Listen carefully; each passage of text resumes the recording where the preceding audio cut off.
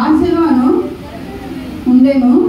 వాడు కురుపులతో నిండిన వాడే ధనవంతుని ఇంటి వాకిట పడి ఉండి అతన్ని బల్ల మీద నుండి ఆకలి తీర్చుకొని కోరెను. అంతేకాక కుక్కలు వచ్చి వాని కురుపులు నాకెను. హల్లెలూయా, హల్లెలూయా.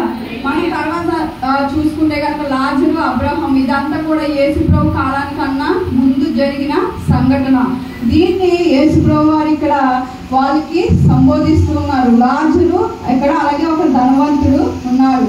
ఇక్కడ కురుపులతో నిండిపోయిన, కురుపులు అంటే ఇంచుమించుగా ఒక కుష్టి రోగం లాంటిది. అలాంటిది లాజరు ఎక్కడ ఉన్నాడని ఒక ధనవంతుడు వాకిట ఉన్నాడు. ఎందుకంటే అతను గుమ్మం దగ్గర ఉండి అతను ఏదైనా ఆహారం వేస్తాడేమోనని చెప్పి ప్రతి క్షణము కూడా అతని కోసం ఎదురు చూస్తూ అక్కడ బ్రతుకుతూ ఉన్నాడు.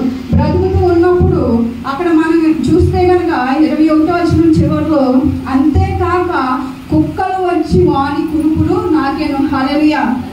మనం తర్వాత చూస్తే లాజరు చనిపోయి పరదేశకు వెళ్ళి అబ్రహాము రొమ్మున ఆనుకొని ఉన్నాడు. ధనవంతుడేమో ఈ యొక్క పాతాళంలో వేదన పడుచున్నాడు.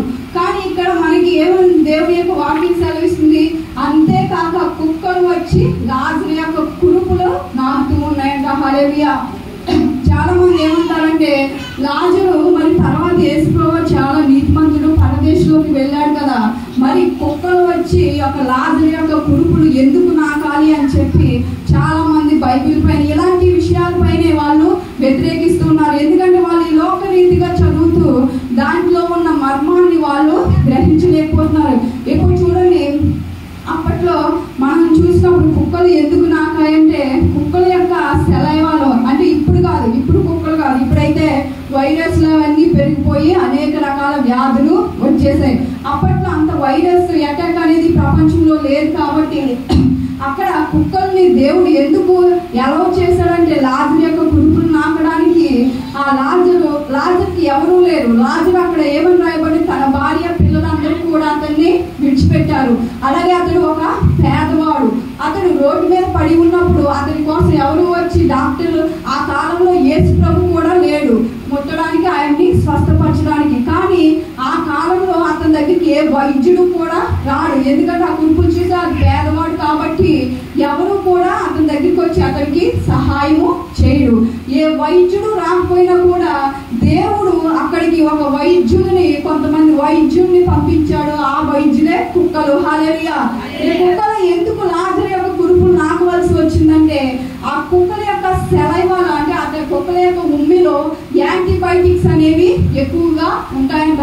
కాబట్టి ఆ యొక్క కురుపుని ఎవరు బాగు చేయలేరు. కాబట్టి యేసుక్రీస్తు వారి కాలం ఇంకా రాలేదు కాబట్టి దేవుడు స్వయంగా ఈ యొక్క డాక్టర్ని పంపించాడు. ఎప్పుడైతే ఆ కుక్కలు వచ్చి నాకాయో ఆ లాజరు యొక్క కురుపులు స్వస్థత పొంది అతడు బాగుపడ్డాడు. హల్లెలూయా. అందుకే నిజంగా ఈ యొక్క ఇది మీరు నిజమో కాదని మనందరికీ కూడా డౌట్ రావచ్చు. కానీ ఒక ఆర్టికల్లో సైంటిస్టులు కొన్ని కుక్కలను తీసుకుని, అలాగే ఒక కురుపులు గలవారిని కొంతమందిని తీసుకుని ఏం చేశారంటే కొన్ని కుక్కల్ని ఈ యొక్క కురుపులు గలవారిని తీసుకొచ్చి వాటిని నాకించారన్నమాట. ఎప్పుడైతే ఈ కుక్కలు ఈ యొక్క కురుపు గలవారిని నాకాయో, అలాగే నాకని కొంతమందిని, అంటే కుక్కలు కురుపు వారి యొక్క కురుపులు నాకని వారిని కొంతమందిని, అలాగే కుక్కలు కురుపులు నాకిన వారిని కొంతమందిని పక్కన పెట్టినప్పుడు ఏ కుక్కలు ఎక్కడైతే ఆ యొక్క కురుపులు నాకాయో వాళ్ళు ఈ యొక్క నాకని వారికంట 2 అంతలు ఎక్కువగా స్వస్థత పొందారంట. హల్లెలూయా. కాబట్టి దేవుడి యొక్క మర్మాన్ని మనం గ్రహించుకోవాలి. అక్కడ కుక్కలను దేవుడు ఎందుకు పంపించాడంటే ఆ లాజరుకి సహాయం చేయడానికి ఈ ప్రపంచంలో ఏ మానవుడు లేడు. కాబట్టి ఆ యొక్క డాక్టర్ని, అంటే కుక్కల్ని దేవుడు డాక్టర్లుగా వాడుకొని వాటిని లాజరు దగ్గరికి వెళ్ళి పంపించాడు. హల్లెలూయా, హల్లెలూయా. కాబట్టి వీటిలో ఉన్న యాంటీ బ్యాక్టీరియా వల్ల లాజరు యొక్క కురుపులు స్వస్థత పొందాయి. కానీ ఇప్పట్లో అయితే వైరస్లు పెరిగిపోవడం వల్ల ఈ కుక్కలన్నింటికి ర్యాబిస్ అని అదే వ్యాధి వచ్చేసింది. అప్పట్లో అలా కాదు. వైరస్ మనకి ప్రపంచంలో తక్కువగా ఉండటం వల్ల ఆ యొక్క సెలైవాలో యాంటీబయాటిక్స్ అనేవి ఎక్కువగా ఉన్నాయి. కాబట్టి మనం అందరం నేర్చుకోవాల్సింది ఏంటంటే ఈ యొక్క దేవుడు చేసిన ప్రతి దాని వెనుక కూడా ఒక మర్మం అనేది దాగుంది. హల్లెలూయా, హల్లెలూయా. కాబట్టి మనం ఏం చేయాలంటే ప్రతి ఒక్క విషయాన్ని మనం శ్రద్ధగా బైబిల్ చదివినప్పుడు ప్రతి ఒక్క అక్షరాన్ని కూడా మనము ఆత్మీయ నేత్రాలతో మనం చదవాలి. అక్కడ మన అందరికీ చెప్పినప్పుడు మనం ఎలాంటి విషయాలు నేర్చుకున్నప్పుడు మనల్ని ఎవరైనా ప్రశ్నించినప్పుడు వాళ్ళకి మనం సమాధానం చెప్పే స్థితిలో ఉండాలి. అక్కడ కుక్కలు ఎందుకు నాకాయంటే వాటి సెలైవాలో యాంటీబయాటిక్స్ అంటే కురుపులని స్వస్థపరిచే మెడిసిన్ ఉంది కాబట్టి లాజరు దగ్గరికి ఆ కుక్కలు పంపించాడు. అలాగే ఈ ప్రపంచంలో ఏ మానవుడు కూడా లాజర్ని ముట్టుకోడు కాబట్టి ఆ యొక్క యేసు ప్రభు ఇంకా రాలేదు కాబట్టి ఆయన కుక్కల్ని అక్కడికి పంపించడం జరిగింది. కాబట్టి ఆయన ఏమంటాడంటే నా యొక్క మహాసైన్యం జంతువులన్నింటినీ కూడా ఆయన ఏమన్నాడండి, నా యొక్క మహాసైన్యం. కాకులను దేవుడు వాడుకున్నాడు, కుక్కల్ని దేవుడు వాడుకున్నాడు, అలాగే అనేక జంతువుల్ని పూరేడు పిట్టుల్ని దేవుడు వాడుకున్నాడు. ప్రతి ఒక్కటి కూడా మనుషుల్ని దేవుడు ఆయన సైన్యం అనలేదు కానీ జంతువుల్ని ఆయన సైన్యం అన్నాడు. హల్లెలూయా. కాబట్టి ఈ మూడు విషయాల నుంచి మనం నేర్చుకోవాలంటే ఏంటంటే దేవుని యొక్క అర్థం పరమార్థం ఏంటి అనేది మనం గ్రహించుకోవాలి.